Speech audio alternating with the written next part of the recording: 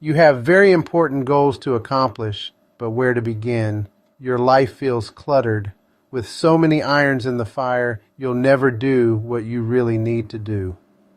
In this video, the Apostle Paul provides insight into how narrowing your focus to just one overarching goal will help unclutter your life and propel you towards finishing that which is most valuable.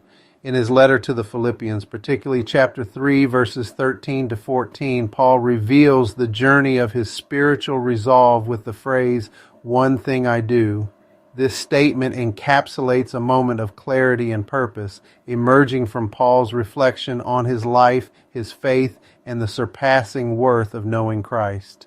Prior to this conclusion, Paul surveys his extensive religious credentials and achievements. He said in Acts 22, verse 3, "I am indeed a Jew, born in Tarsus of Cilicia, but brought up in this city at the feet of Gamaliel, taught according to the strictness of our father's law.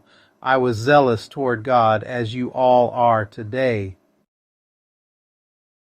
He said in Philippians chapter 3, verses 4 to 6, "Though I also might have confidence in the flesh.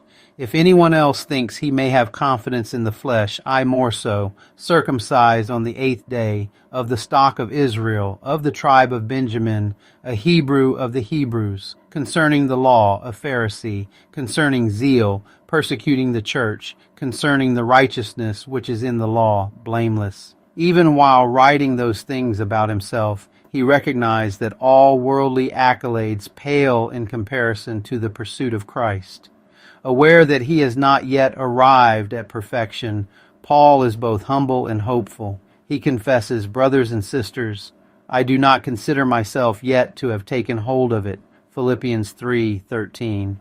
This honest assessment leads him to a singular focus. Paul's resolve, "One thing I do, forgetting what is behind and straining toward what is ahead," stems from his understanding that spiritual progress requires both release and pursuit. Forgetting what lies behind, he chooses not to dwell on past failures, regrets, or even past successes, because dwelling on the past could hinder his growth. Instead, he struggles, even strains to move forward. His words evoke an image. It creates a mental picture of an athlete in a race, running, pushing, and propelling himself toward the goal, the finish line. This is how Paul wants us to picture our lives. He wants us to picture ourselves as an athlete with one goal in mind. The baseball batter has one goal, and that is to knock the ball out of the stadium. The running back, having the ball tightly tucked under his arms, has but one goal, and that is to run the football across the goal line for a touchdown. Can you relate to Paul's words? Are you uncluttering your life of distractions that impede accomplishing your goals? Are you narrowing your focus to concentrate on that which is most valuable? Are you running with the aim of scoring the touchdown?